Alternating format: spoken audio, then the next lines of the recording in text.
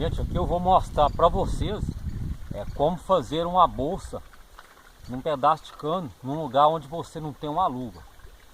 Porque dependendo da ocasião dos lugares, você pode fazer uma bolsa que é muito melhor do que uma luva.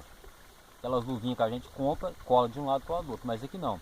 Antigamente usava muito esse sistema, seja no cano preto ou seja nesse. A gente aquece um pouco desse tubo do outro lado e veste no outro e faz uma bolsa. Isso se chama bolsa e costuma ser muito mais resistente do que a luva, mas depende do lugar que a gente vai trabalhar para estar colando um cano. Então aqui o primeiro passo, o que eu tenho que fazer? Aquecer, acender um fogo,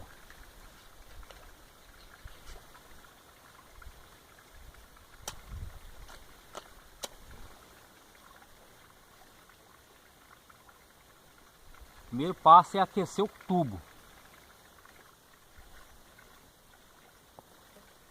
Aqui eu vou aquecê-lo então. Veja só comigo nesse vídeo.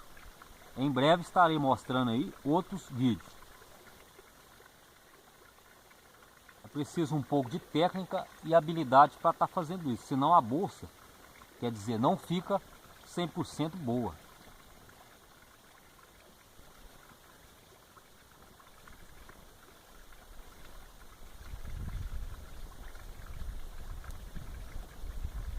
Você tem que acender o fogo em um local onde não há perigo do fogo expandir, ok? Feito isso,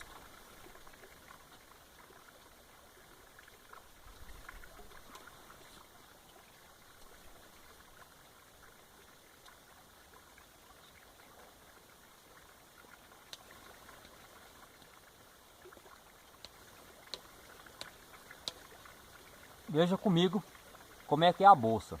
Essa aqui eu estou fazendo apenas uma demonstração, mas a gente pode fazer melhor, que como se viesse um tubo, viesse de fábrica, já com a sua própria bolsa. A gente deixa mais ou menos uns 4 dedos. Você que escolhe, depende da pressão que vai ter esse tubo, você escolhe. Então feito isso, está pronto, pessoal, ok? O que acontece? Agora você vem com a cola, aí você passa aqui dentro, passa no outro lado e você encaixou o cano. Então é isso aí, tá feito a bolsa.